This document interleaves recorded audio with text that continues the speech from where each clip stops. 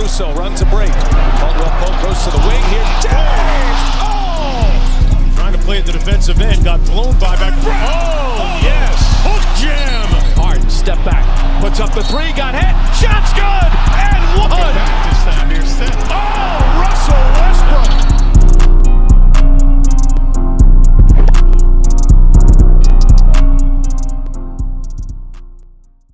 To get a little bit off the court about the Mavericks organization, they have been instructed by the NBA recently to play the national anthem after not playing this entire season. Now, like I said, they have not been playing the national anthem this entire season, and they haven't been having fans inside as well. They recently started letting people in, but they have been healthcare workers and heroes in the town that the Mavericks have been inviting in. You know, healthcare and frontline workers that the Mavs have been inviting to the games to show them support for. And, you know, because of that, they have, because of the fans coming in back into the arena, they have started playing national anthem, which they have no problem doing. But there's a lot of discussion going on, like a little controversy going on about this, you know, because this is like the first that we've seen of a sports team not playing the national anthem before the game. As you know, this is something that's been done since we can remember, since the dawn of time. Since any time, right? You know, we started playing these games. Exactly. Like we even said, we said the Pledge of Allegiance in school growing up, which apparently I didn't know. This show my age, even though I'm not even that fucking old. I'm young. I'm 22, but they don't even do the Pledge of Allegiance in school anymore, which I didn't even know. Apparently they don't. When they stopped doing that? I don't know. Apparently they don't. I saw somewhere that they don't even do the Pledge of Allegiance in most schools anymore. So. Okay, I didn't know that. I didn't know that either, because exactly we grew up doing that. So, you know, Cuban discussed about how this wasn't really a decision, you know, to attack the nation or to degrade the flag. Because they still have the flag in the arena and they still hoist it up. You know, like I said, they didn't have no problem playing the other night. But this is coming after discussions that they had, ongoing discussions they had with the community about whether or not the anthem properly represents them. Now, as you know, a little history lesson for those people who don't know, but I'm pretty sure in this day and age, most people know the national anthem is written by Francis Scott Key. Now, the national anthem that is sung is not the full national anthem that was written, because in it, you know, there is some words in there, you know, the great. Second verse a little spicy. It is a little spicy. You know, it's the great, you know, people of color like me and you, and really not representing, you know, America as a whole. Now, my question to you, you know, as we reflect on that, and like I said, they don't even play the Pledge of Allegiance anymore. Should the national anthem be played before the start of games? Like, is there even is there even a debate? Should we even have national anthems to be played at the start of games? Do you even care? Yes or no? Well, it's a traditional thing. I feel like it shouldn't be required, because I saw the NBA said that they have to play it, or at least that they're saying that they have to. So I feel like it shouldn't be required. But at the same time, I could see where people stand on this in terms of, you know, this is a time for us to come together. And the national anthem brings us together. But where was that energy at before 1865? And the national anthem been around for a long time. But y'all had no problem with us not being unified then. What about before 1968? Y'all don't have a problem with us not really being together then. And now it's like, okay, well, obviously all the stuff that's happened this year. And maybe Mark Cuban doesn't want to do that, you know. Most of the players on this team are minorities. You know, I don't know specifically, but he's got a lot of black players on there, and I'm sure a lot of people from out the country too. Yeah, and a lot of foreigners. A lot of people of color, and I imagine some of them probably have expressed some of their concerns and qualms with the United States right now.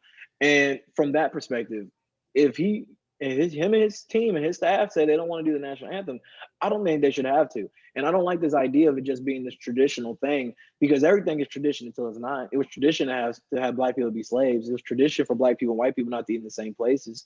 It was tradition for gay people not be able to get married. All these things are tradition. Tradition changes over time. And having people say, well, that's how it's always been. If anything, that's a reason for me to say, maybe we should try it, not doing it, and see what happens. So I don't have problem with it either way.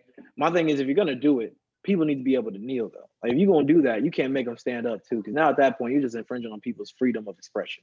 So I say, Mark Cuban, you should be able to do whatever you want. He paid billions of dollars for that team, or at least millions, worth billions now. But you know, he paid all this money. It's his team. He owns it. Technically, it is a privately held company of his within the NBA. And I guess the NBA is more of the surrogate organization that is like a HOA level kind of thing between people and homeowners, same way with the NBA and the NBA's teams. But man, just let him do him. And y'all got a problem with that, then that's a problem you got to take it with Mark. But let him make that decision.